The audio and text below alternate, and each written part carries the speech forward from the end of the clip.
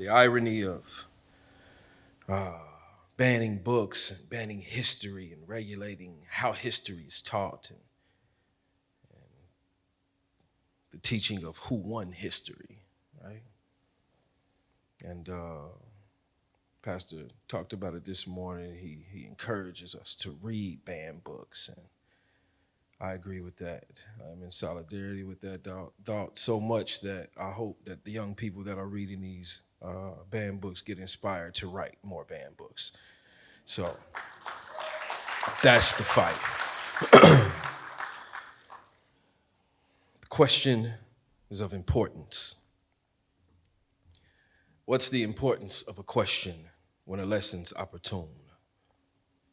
We overcomplicate often Granny Smiths and nectarines when it's simple. We all come from a tree, black as plum or octoroon. We hum these blues and these purples and these reds and yellows and oranges. This question of importance. What's the importance of a question when a lesson is opportune? We overcomplicate Granny Smiths and nectarines when it's simple. We all come from this tree of life. Black as plum or octoroon, we hum the blues from experimented architecture. A similar blueprint as prison cells and classrooms, awaiting cues that are green lights. These green denominations with all white faces legislate the plight. But those faces don't know pain, don't know fight. From black and white, pages don't admit the shame. Sentence structure, style, and grammar can't grasp the saddest beneath the hood. Who would set the cross to flames? Fear a sentiment may persist, may place blame if May 31st names names. There are blanks to fill in. We owe the truth to 1st of June. We owe truth to 1st of June. Truth is owed in every brick and owed to every brick that was lit and lessons boomed. We owe truth to 1st of June. We owe truth, so truth goes plume. Plume goes scented, winter sends its salutation when spring hints at magnolia's bloom. Even caterpillar acknowledges change when her sense of flight cocoons.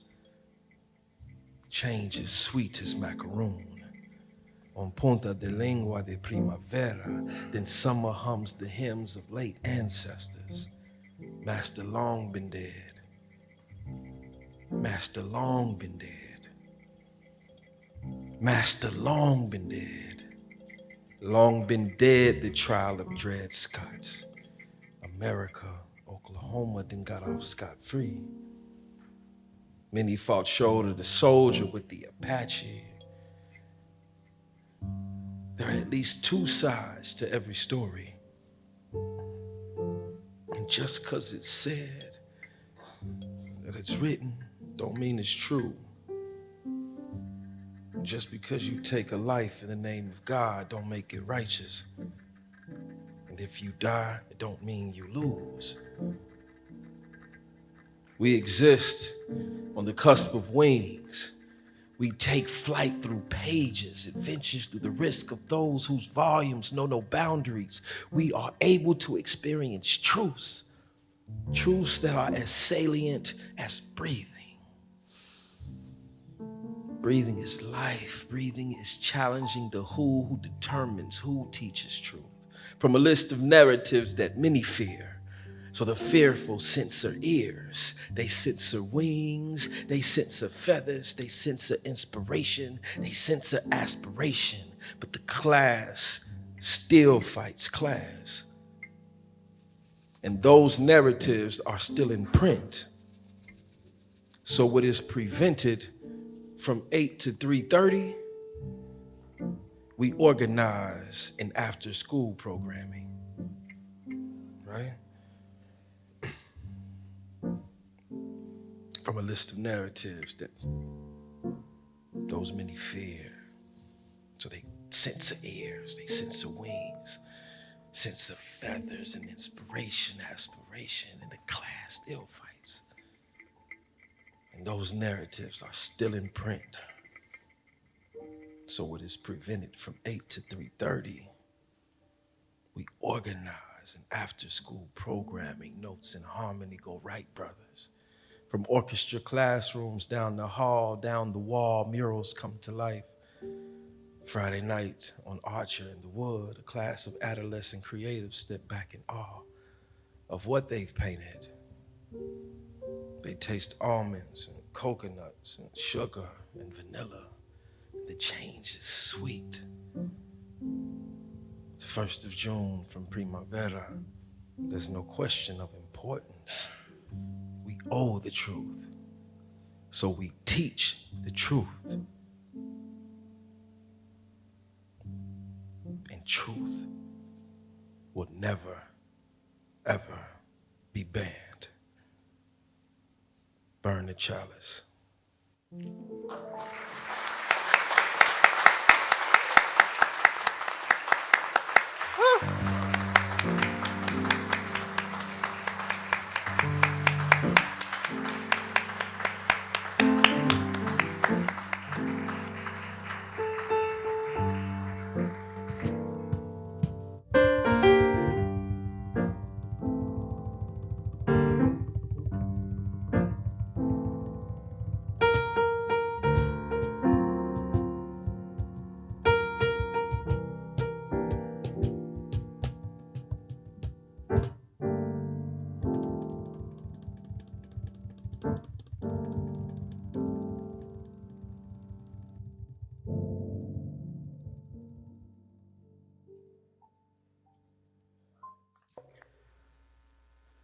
A once honorable and advanced society that had contributed so much to global culture was in decline. The Senate was corrupt, dysfunctional, lacked any substantive power, and a radical conservative Christian populace targeted women, Jews, religious minorities, and libraries with intimidation and violence. This is not America in 2022. This is Alexandria, Egypt in 415 during the fall of the Roman Empire. A riot broke out in which Christian zealots targeted pagans, philosophers, and the last political adherents to a pre-Catholic idea of Rome. They torched the final remaining depository of texts from the ancient world collected over the course of centuries, burning the Library of Alexandria to the ground.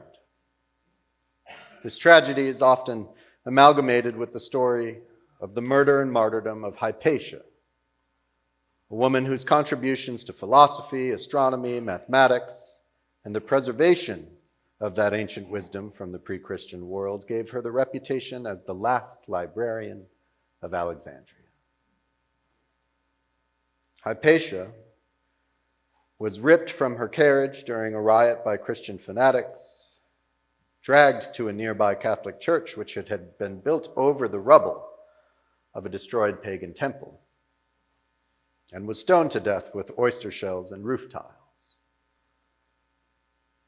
In the successive millennia and a half since this horrific crime, Hypatia has become a pagan feminist icon, representative of the lengths religious zealots will go to in their quest to destroy any knowledge and power that may contradict their own. About 1,100 years later, there's a man named Michael Servetus, born into a family of iconoclasts and intellectual prodigies who, counter to the overwhelmingly xenophobic culture of Inquisition-era Spain, were profoundly influenced by Jewish and Muslim thought and theology. This was, of course, in 16th century Spain, a very dangerous thing to do. Martin Luther and John Calvin were already considered Protestant heretics by the Catholic Church, but they were considered too tame by Servetus' standards. Instead of merely critiquing the doctrine of self-revelation through the Word of God, Servetus took on the Trinity itself and lifted up a pluralistic idea of Christianity and religion. I feel you. I feel you. In his book, The Errors of the Trinity, he praised Islam's acceptance of Jesus as a prophet and regretted that Christianity did not return the favor by acknowledging Muhammad. This book was considered one of the most heretical and dangerous of the entire Reformation. To call it banned would be an understatement. Servetus's reluctance to keep quiet eventually caught up with him, and he was burned to death in Geneva in 1553, but not before inspiring a new generation of non-Trinitarian theologians who would take up his mantle in Eastern Europe and establish the early Unitarian Church. And these Eastern European Unitarians were assisted in their survival not by other Protestant Christians, but by Muslims in the Ottoman Empire, who helped them resist conquest by powerful Catholic forces. These Unitarians found themselves more theologically understood by their Islamic neighbors. They were considered by the Ottoman Empire to be children of the book, all united by the Abrahamic texts their various faiths were based upon. No one was banning the Torah or the Gospels or the Quran. They were all living and studying and resisting together. It's the irony of this era that so much of that ancient wisdom that was destroyed in the fires, in the fall of Rome, torched in Alexandria while Hypatia lay dying. Aristotle, Plato, the classics of antiquity, targeted by religious zealots, that these made their way back into the bloodstream of Western civilization via preservation by a Muslim caliphate. You can fast forward another several centuries to America in the time of the slave trade to find other stirring examples of literary liberation. Like this passage from the narrative life of Frederick Douglass, currently on a list of books under review and pending potential expulsion from some public school libraries here in Oklahoma. In this passage, Douglass recounts when he first understood how thrilling to him and how dangerous to his white captors his literacy was. He said, "I now understood what had been to me a most perplexing difficulty, to wit, the white man's power to enslave the black man. From that moment, I understood the pathway from slavery to freedom. And though conscious of the difficulty of learning without a teacher, I set out with high hope and a fixed purpose, at whatever cost of trouble, to learn how to read. What my captor most dreaded, that I most desired. What he most loved, I most hated. That which to him was a great evil, to be carefully shunned, was to me a great good, to be diligently sought. And the argument which he so warmly urged against my learning to read only served to inspire me with a desire and determination to learn. In learning to read, I owe almost as much to the bitter opposition of my master as to the kindly aid of my mistress. I acknowledge the benefit of both." As Marlin said, you want to get somebody excited to read a book, go ahead and put it on a banned list. Douglass read his way to freedom, to dignity, to resistance, and to immortality. And when he gained his freedom and became a writer and publisher himself, Douglass would promote a book by a young woman named Harriet Beecher Stowe. She penned a novel that would awaken the consciousness of mainstream white America and have a profound influence in swaying the majority of the country toward the goal of abolition. Uncle Tom's Cabin was published in 1852 and immediately caused a sensation, selling out multiple print runs in the North while being banned and treated as a heretical text in the South. There is even a rumor that when Stowe met President Abraham Lincoln in 1862, a decade after the book was published and about 2 years into the Civil War, Lincoln said to her, "So this is the little lady who wrote the book that started this great war." But Confederate slave states did far more than ban Stowe's book. Not only were abolitionist writers violently beaten, sometimes killed, their printing presses destroyed, dumped into rivers, the censorship and banning of books went one grotesque step further. Slave Bibles were popular in the South during this time. for select black men and women to learn to read and preach from. Yet these holy books were far from complete. They were quite abridged. The book of Exodus, with its epic story of the liberation of the Hebrew slaves and their journey from bondage in Egypt, was entirely left out of these Bibles. The passage left in, Ephesians 6:5. Slaves, obey your earthly masters. 100 years later, well after emancipation, the access to the liberatory power of literature was still woefully absent from many marginalized people's lives. And one Malcolm Little, for instance, was too busy trying to hustle and scrounge on the street to survive that books and reading seemed a luxury reserved for rich white folks. It was not until he was incarcerated that he would understand the true power of literacy. I have often reflected on the new vistas that reading opened up to me. I knew right there in prison that reading had changed forever the course of my life.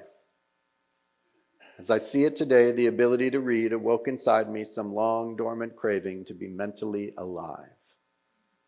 I certainly wasn't seeking any degree, the way a college confers a status symbol upon its students. My homemade education gave me, with every additional book that I read, a little bit more sensitivity to the deafness, dumbness, and blindness that was afflicting the black race in America. Not long ago, an English writer telephoned me from London asking questions. One was, "What's your alma mater?" I told him, "Books." Malcolm Little would emerge from his incarceration as Malcolm X, and his autobiography would be consistently banned from school and public libraries all over America since its publication in 1965. And I would encourage you to ask yourself why we're spending so much time worried about banning books in public school libraries and no one saying a damn word about banning books in prison libraries. Want to keep them from children, keep them from becoming free. But they don't care about the liberation of the incarcerated. They've already got them locked up. Why should they worry?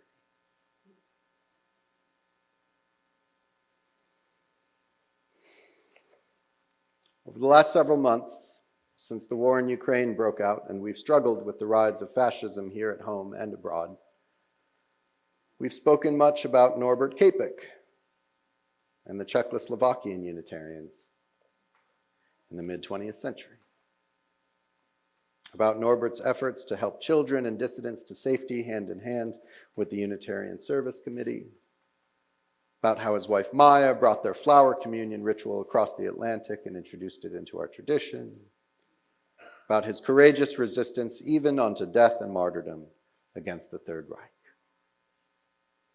But we don't quote too much from Capek. We don't read about his theology. We don't read his sermons.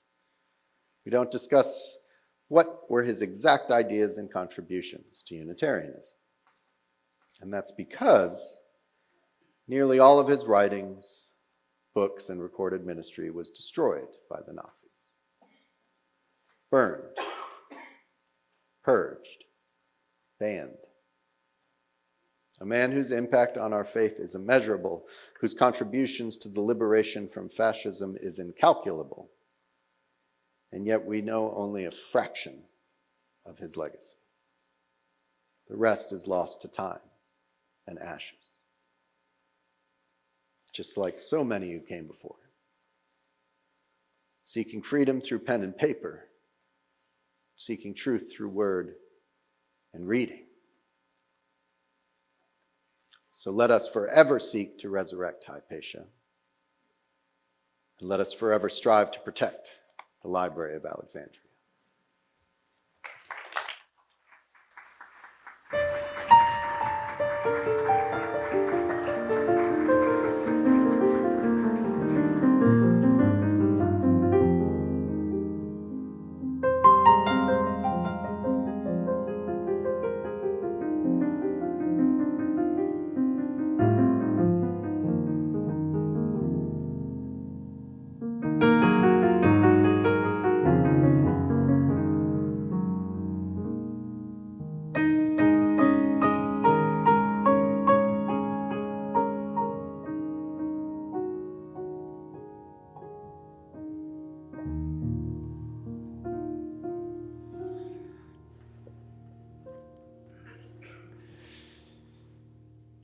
don't know if you saw, I drew a cartoon for the Tulsa World that was in the Wednesday's paper, and thank you. A few people saw it. I appreciate that.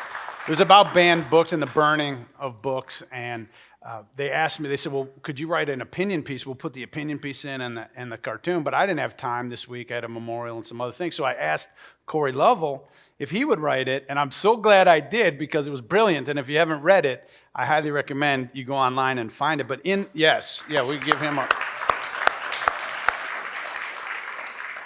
In the piece, he writes, for over a century, All Souls has endeavored to uphold one of the most fundamental and vital aspects of our tradition, that of an open canon and free pulpit. In our place of worship, we welcome and interpret a broad range of writings, those with their roots in the Jewish and Christian scriptures, those of religions all over the world, in Buddhist scrolls, in Hindu Vedas, in the Quran, and many other sources of spiritual wisdom. These we hold sacred, as John Burns once described, not as divine literature about humans, but as human literature about the divine. This idea that Cory writes about, that the scripture is human writing about God, humans trying to understand what is the meaning of life, rather than scriptures being God's writing to humans. It's not a downgrade of scripture so much as it is an appreciation for literature in all its forms, for human writing in all the ways that we try to understand it, whether it's a poet like written Quincy or Maya Angelou or any of those great writers and thinkers, or whether it's those who penned books that have been passed down over time as scripture. At All Souls, you might hear a passage from Toni Morrison right next to a passage from the Bible. You might hear an ancient Cherokee story right alongside a Jewish midrash. In the same way, you might hear a song by Bob Dylan or Bob Marley. In the same service, you hear a song by Beethoven or B.B. King or B.B. Wymans. Here, we believe that creativity and literature and music can lead to the liberation of the mind and the body and the spirit. And that's why banning access to these forms of expression are much more than about a culture war. They are attempts to control people's minds, bodies, and our awakening of the spirit. Good literature, like good music and art, encourages self-transcendence. The greatest fiction of all is the human ego. The ego makes us think that we're separate from each other, or that we're separate from the cosmos and nature, or that we can be divided by color, rather than a part of one human family and one with all creation. And the ego is what creates the delusion within us that we can actually suppress people and their ideas and their books. A good book opens us to worlds and experiences we might never have ever encountered. It connects us in ways that allows us to see what it's like to walk in someone else's shoes. In other words, it challenges the ego by expanding our consciousness and helping us to transcend the small self into a larger sense of connection to all of life and all of human creation. So you and I, we are living in a time when there is intense polarization and contestation over issues of diversity and inclusion. Now, of course, many people who were comfortable with American society and norms and education as they have been, and who even found that their own identity and their own lifestyle was preferred in the society as it has been, are feeling quite threatened and challenged by these recent changes. Today, more perspectives and more ways of being human are finding voice and finding acceptance. These culture wars and the people who are pushing them are heightening people's fears about these changes in society. And those who are stoking these culture wars are making some people think that banning books will help to stop or reverse the progress and the changes. I don't know if you know this, but those people who study literature, they have boiled it down and they say there's only about 7 storylines of every single story that's ever been told across all of time. The love story, the tragedy, the comedy, the quest stories, the stories about voyage and return, the rags to riches story, and a few others. That's it. The stories are all the same. The stories in our libraries today are the same as they were 10 years ago, 20 years ago, 50 years ago, 100 years ago. It's the same story. It's not that the stories have changed. It's that the characters in the stories have changed. So that the people who are falling in love and the people who are struggling for identity, they look different than the people who are used to seeing themselves in these stories. Look, the love story today is not always a heterosexual love story. The strong hero isn't always a man. The good guys are not always from the Western Hemisphere, helping to civilize or Christianize the others. Sometimes Christian missionaries are the ones who need to be taught by those they encounter. Sometimes, scandalous as it may sound, the Christians may be the bad guys. Or we see what has previously been deemed a riot, said to have been perpetrated by a particularly vulnerable population upon themselves, today may be portrayed as a massacre perpetrated by the people in power against those who are vulnerable. It's incredibly liberating to begin to see and hear the world through other perspectives than just one dominant perspective. And all of a sudden, we're seeing that people who come from backgrounds that are outside of the majority are beginning to see themselves and their own perspective reflected in literature and in society. So it's also giving those of us who are in the majority of the culture a window into the lives and experiences of people who we might never meet. Lives and experiences of people who've been systemically marginalized and erased and often told that they are wrong. So when we don't resist this, everyone begins to see themselves in literature. And more importantly, we begin to see each other. But powerful people are publicly protesting, and they don't see this as a sign of progress. We have bills in Oklahoma and many other states that are restricting education and books, and they fear that these books and these teachings will cause people to feel a sense of guilt and shame and disapproval because of their race or their sex. Trevor Noah said it took the National Guard to escort Ruby Bridges to get her into the schools.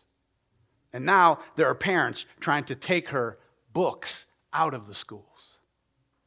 Why?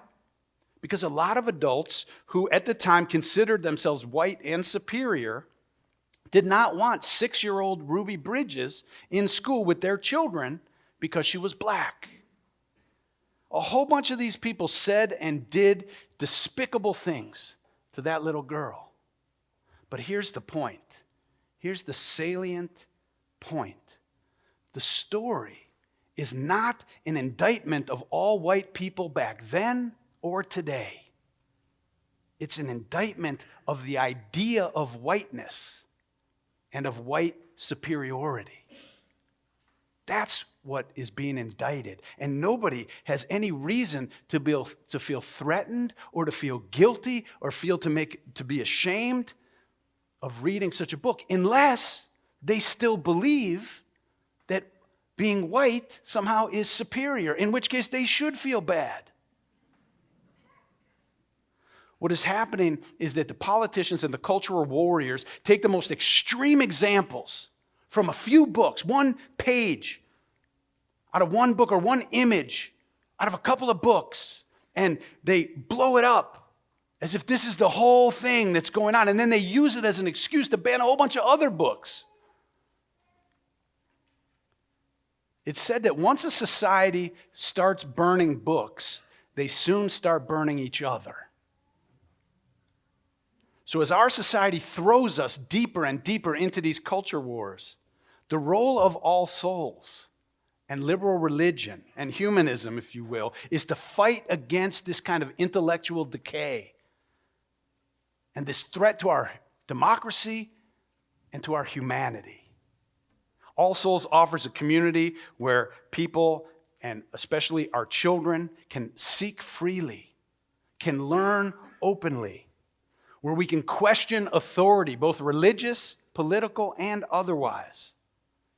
When I was installed as a senior minister of this congregation 22 years ago, I remember Reverend Dr. John Wolfe, the minister emeritus. If some of you remember him, he was like 9 feet tall and, huge, and he looked like God or Moses or something. And and didn't he? And he stood in that pulpit, in the sanctuary, and he just wrapped his arms around the pulpit, and he said, he wasn't charging me, he was charging you, the congregation. And he said, this pulpit right here, this needs to be the freest 3-foot square of property anywhere in the world. But it can only be that if you protect it. And there's been always, in this tradition of ours and in this church for 101 years, a covenant between the people of the church and its ministers, that we will give the ministers the freedom to say whatever they believe from out of their own conscience, their own learning, their own spiritual life, and their own sense of what's right and wrong, the freedom to say it. We don't have to agree with it. That's also part of the covenant, is the freedom, what we call the pew, where the people can agree or disagree, but we always agree to protect the freedom of those who speak from that pulpit, because if the person in the pulpit has their freedom helps to protect our freedom, and we all remain free together. And that is the heart and the soul of this tradition, because in our tradition, the freedom to think, the freedom to speak, the freedom to question, the freedom to write, the freedom to worship, and the freedom to love are central to the fulfillment of our humanity. Here, our children are exposed to scriptures of all the great world's religions, as well as other cultural traditions, and they're taught to think critically and compassionately for themselves. Our teenagers receive high-quality, honest, and comprehensive sex education. Some people think that's radical for a church to do that, but what bigger blessing is there than to teach people to have a healthy sexuality? And when many of us adults didn't get that blessing, we want to make sure our children can, because the one thing is that an unhealthy sexuality can be quite a curse, not only to the person who has it, but to a lot of other people who come in contact with that person. And so we saying just don't do it to our teens is irresponsible. It's not education. And so we give, and to give young people messages that sex is dirty and it's wrong, that's a terrible burden to saddle upon our young people. So here's what I want you to do. I want you to read banned books, right? Because once people tell you that you're not supposed to read something, you better read it and find out why it is that they're so scared of that, whatever's in there. And as Cory showed us and read for us, Frederick Douglass, the slave, he saw, as soon as he started to read, he's like, aha, I see why they don't want slaves to read. And he could see his freedom. And he knew he was going to be free from that point forward. And he started to write and to help other people to find their freedom, because it was a way that the slave masters oppressed the slaves and kept control. And that's the way that Christian fundamentalists and Christian nationalists and other people in this society right now are trying to control our young people and our society. And I'll tell you, this church is not going to have it.